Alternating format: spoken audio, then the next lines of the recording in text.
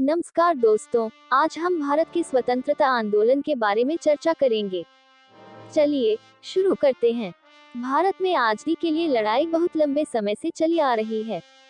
लंबे समय की इस लड़ाई के बाद जाकर भारत को आज़ादी 1947 में मिली। लेकिन उससे पहले भारत के नागरिकों पर ब्रिटिश सरकार ने कई अत्याचार करे, जिसके चलते समय समय पर विद्रोह की चिंगारी भारत के हर कोने से उठी। भारत आज़ादी के 75 साल पूरे होने की खुशी में आज़ादी का अमृत महोत्सव मना रहा है। भारत की आज़ादी के लिए देश के कई लोगों ने अपनी जान तक न्यौछावर कर दी है। कभी हिंसा तो कभी अहिंसा के सहारे स्वतंत्रता प्राप्त करने का प्रयास किया गया था। उत्तर से लेकर दक्षिण तक, पूर्व से लेकर पश्चिम तक देश के हर राज्य, नगर और क्षेत्र में लोगों ने अपने देश को आज़ाद करने के लिए एक लड़ाई लड़ी है। कई आंदोलनों को चलाया गया है। कई तरह के आंदोलन की शुरुआत की ताकि अंग्रेजों के द्वारा किए जा रहे अत्याचारों को रोका जा सके। 1857 के विद्रोह से 1947 तक कई क्रांतियां हुई, जिसमें कई लोगों की जान गई। कई लोगों ने आज़ादी के लिए अपने आप को समर्पित किया। आए 1857 से आज़ादी तक चले मुख्य आंदोलनों और विद्रोह के बारे में जानें। 1857 की क्रांति भारत में अंग्रेजों के खिलाफ सबसे पहली क्रांति हुई थी। ब्रिटिश राज ने धीरे धीरे भारत के सभी क्षेत्रों पर कब्जा करना शुरू किया और भारतीय धर्मों आदि के रिवाजों आदि की कोई इज्जत नहीं की। ब्रिटिश राज ने भारतीयों को ब्रिटिश ईस्ट इंडिया कंपनी में भर्ती किया और जानवरों की चर्बी वाले कारतूसों को दांतों से काटकर इस्तेमाल करने के लिए मजबूर किया। ये कारतूस गाय और सूअर की चर्बी के बने होते थे।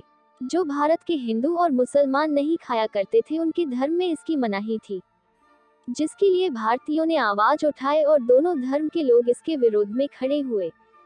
स्थिति को खराब न होने देने के लिए अंग्रेजों ने कारतूस बदलने के प्रयास किया, लेकिन उस समय भारतीयों के मन विद्रोह की भावना नहीं बदली। विद्रोह की मुख्य तौर पर शुरुआत तब हुई जब मंगल पांडे ने ब्रिटिश हवलदार पर हमला किया। इस घटना के बाद जनरल हौसी ने दूसरे भारतीय सैनिक को मंगल पांडे को पकड़ने के कहा और उस सैनिक ने इससे इनकार कर दिया। बाद में इन दोनों भारतीय सैनिकों को पकड़ के फांसी की सजा दी गई। भारत पर पूरी तरह से कब्जा करने के लिए अंग्रेजों ने अपनी गति और तेज की और ब्रिटिश सैनिकों को भारत बुलाया और देखते ही देखते भारतीयों और अंग्रेजों में लड़ाई हुई। अंग्रेजों ने दिल्ली पर भी अपना कब्जा स्थापित किया।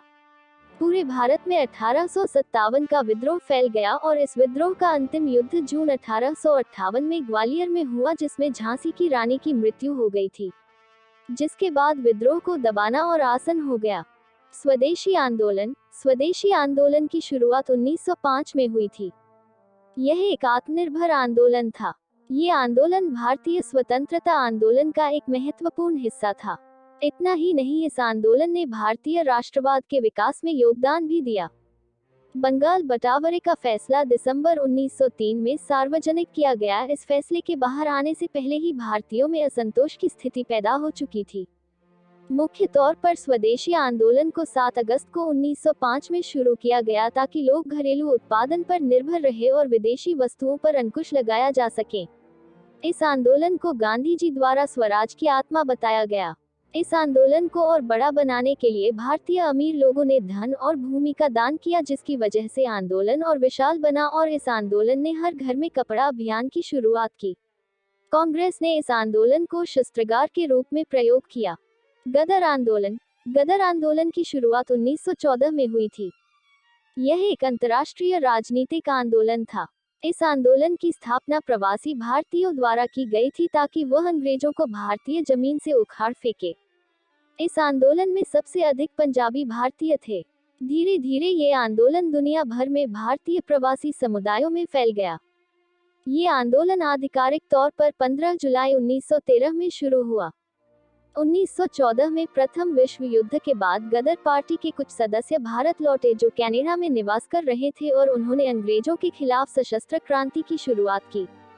इन्होंने हथियारों की तस्करी की और अंग्रेजों के खिलाफ विद्रोह की शुरुआत की और इसका नाम गदर विद्रोह रखा गया।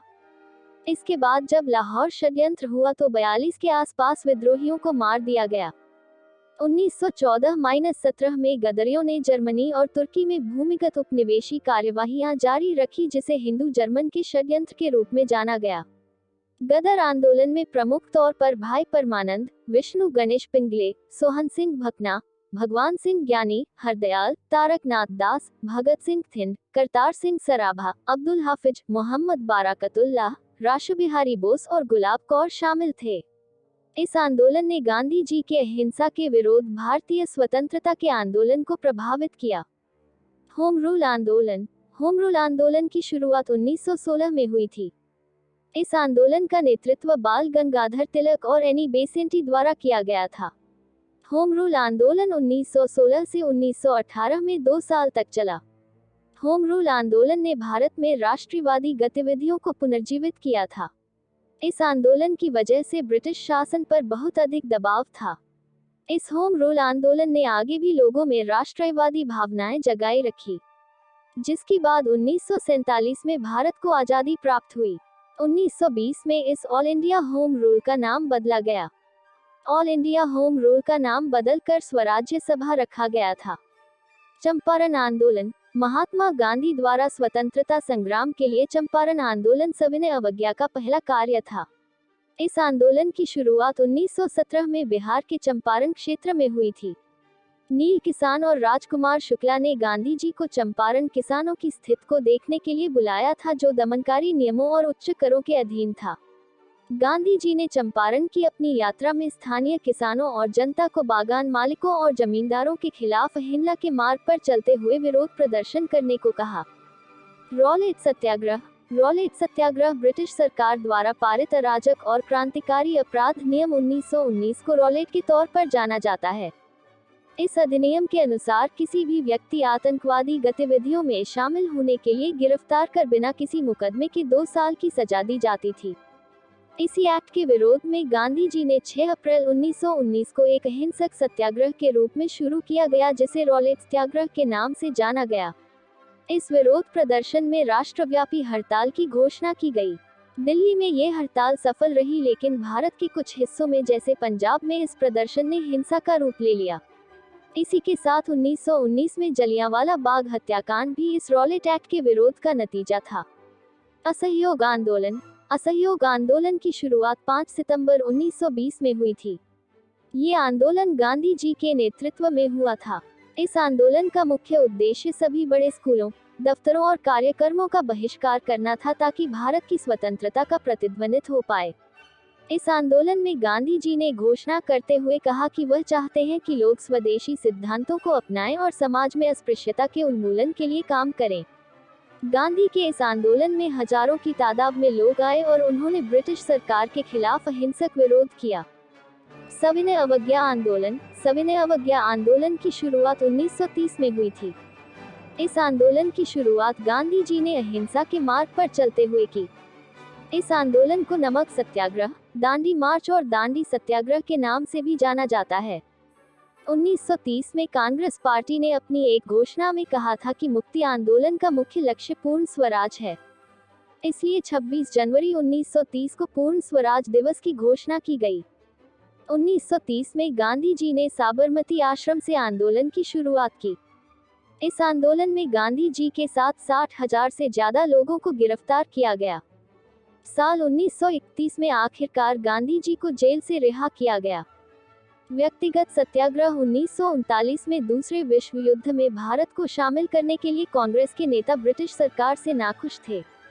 भारतीय राष्ट्रवादियों के द्वारा द्वितीय विश्व युद्ध में ब्रिटिश का समर्थन करने के लिए अंतरिम सरकार की मांग कर अगस्त प्रस्ताव 1940 में भारतीयों को अपना संविधान बनाने की स्वतंत्रता को स्वीकृति मिली।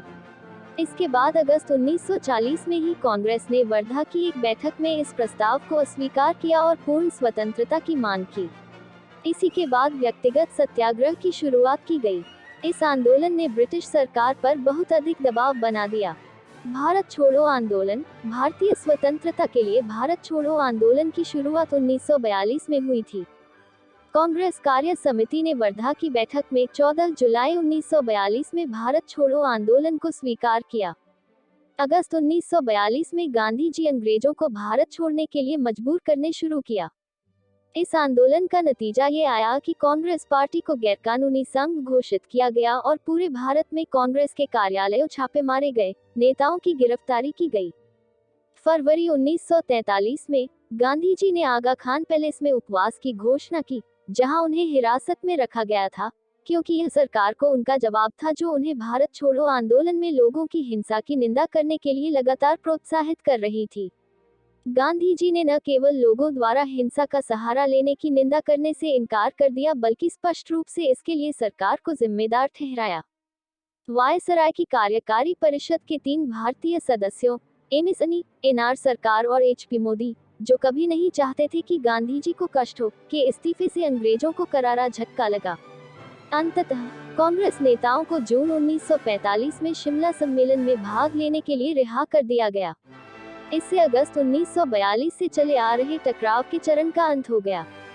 शिमला सम्मेलन 1945 और वेवेल योजना 1945 का शिमला सम्मेलन भारत के वायसराय, लॉर्ड वेवेल और ब्रिटिश भारत के प्रमुख राजनीतिक नेताओं के बीच शिमला के वाइसरीगल लॉज में एक बैठक थी। वेवेल ने एकजुट भारत के भीतर मुसलमानों के एक अलग प्रतिनिधित्व का प्रस्ताव रखा। हालांकि मुस्लिम प्रतिनिधियों के चयन के मुद्दे पर बातचीत रुक गई। अखिल भारतीय मुस्लिम लीग ने भारतीय मुसलमानों का एकमात्र प्रतिनिधि होने का दावा किया। भारतीय राष्ट्रीय कांग्रेस ने इस दावे का विरोध किया, क्योंकि कांग्रेस के समर्थन में मुस्लिम लीग की तुलना में अधिक मुस्लिम थे। इसने सम्मेलन को और शायद एकजुट स्वतंत्र भारत के लिए आखिरी व्यवहार्य अवसर को नष्ट कर दिया। 14 जून 1945 को लॉर्ड वेवेल ने एक नई कार्यकारी परिषद की योजना की घोषणा की, जिसमें वायसराय और कमांडर इन चीफ को छोड़कर सभी सदस्य भारतीय होंगे। ये कार्यकारी परिषद तब तक एक अस्थायी उपाय थी जब तक कि एक नए स्थायी संविधान पर सहमति नहीं बन जाती और वह लागू नहीं हो जाता। आरआईएन विद्रोह 1946। रॉयल इंडियन नेवी आरआईएन का विद्रोह फरवरी 1946 में मुंबई में शुरू हुआ, जब एचएमआईएस तलवार पर नौसेना रेटिंग ने ब्रिटिश अधिकारियों द्वारा भोजन की खराब गुणवत्ता और नस्लीय भेदभाव के खिलाफ विरोध प्रदर्शन किया। मुंबई में प्रारंभिक संघर्ष के बिंदु से विद्रोह फैल गया और कराची से कोलकाता तक पूरे भारत में समर्थन मिला, और अंततः 78 जहाजों और तटीय प्रतिष्ठानों में 20,000 से अधिक नाविक शामिल हो गए। बम्बई के बाद कराची एक प्रमुख केंद्र था। मद्रास, विशाखापत्तनम, कलकत्ता, दिल्ली, कोचीन, जामनगर, अंडमान, बहरीन और अदन में सैन्य प्रतिष्ठानों में सहानुभूतिपूर्ण हड़तालें हुई। सशस्त्र बलों में विद्रोह, भले ही जल्द ही दबा दिया गया हो, लोगों के दिमाग पर एक बड़ा मुक्तिदायक प्रभाव डालता था। नौसैनिक विद्रोह भारत में ब्रिटिश औपनिवेशिक आकांक्षाओं के ताबूत में आखिरी कील साबित हुआ। भारत क्रांति के कगार पर खड़ा दिख रहा था। विद्रोह ने ब्रिटिश अधिकारियों के मनोबल में गिरावट और भारतीय अधिकारियों की बदलती वफादारी को देखा। हालांकि जहाजों के मस्तूलों पर कांग्रेस, लीग और कम्युनिस्ट झंडे संयुक्त रूप से फहराए जाने के बावजूद आरआईएन विद्रोह में स्पष्ट सांप्रदायिक एकता सीमित थी। पाकिस्तान के लिए भविष्य की कार्रवाई पर सलाह लेने के लिए मुस्लिम रेटिंग लीग के पास गए। भारतीय राष्ट्रीय कांग्रेस और मुस्लिम लीग ने विद्रोह की निंदा की, जबकि भारतीय कम्युनिस्ट पार्टी एकमात्र पार्टी थी जिसने विद्रोह का समर्थन किया। ब्रिटिश सैनिकों और रॉयल नेवी के युद्धपोतों द्वारा विद्रोह को दबा दिया गया था। Naval central strike committee (NCSC) के अध्यक्ष एमएस खान और सरदार वल्लभ भाई पटेल, जिन्हें संकट को सुलझाने के लिए बॉम्बे भेजा गया था, के बीच एक बैठक के बाद विद्रोह बंद कर दिया गया था। माउंटबेटन योजना 1947। भारतीय राष्ट्रीय कांग्रेस, मुस्लिम लीग और सिख समुदाय के विधायिका प्रतिनिधियों ने लॉर्ड माउंटबेटन के साथ एक समझौता किया, जिसे 3 जून योजना या माउंटबेटन योजना के रूप में जाना जाता है। ये योजना आजादी की आखिरी योजना थी। 3 जून 1947 को वायसराय माउंटबेटन द्वारा घोषित योजना में ये सिद्धांत शामिल थे। ब्रिटिश भारत के विभाजन के सिद्धांत को ब्रिटिश सरकार ने स्वीकार कर लिया। उत्तराधिकारी सरकारों को प्रभुत्व का दर्जा दिया जाएगा। दोनों देशों को स्वायत्तता और संप्रभुता। उत्तराधिकारी सरकारें अपना संविधान बना सकती थीं। रियासतों को 2 प्रमुख कारकों के आधार पर पाकिस्तान या भारत में शामिल होने का अधिकार दिया गया। माउंटबेटन योजना के कारण 1947 का भारत स्वतंत्रता अधिनियम लागू हुआ।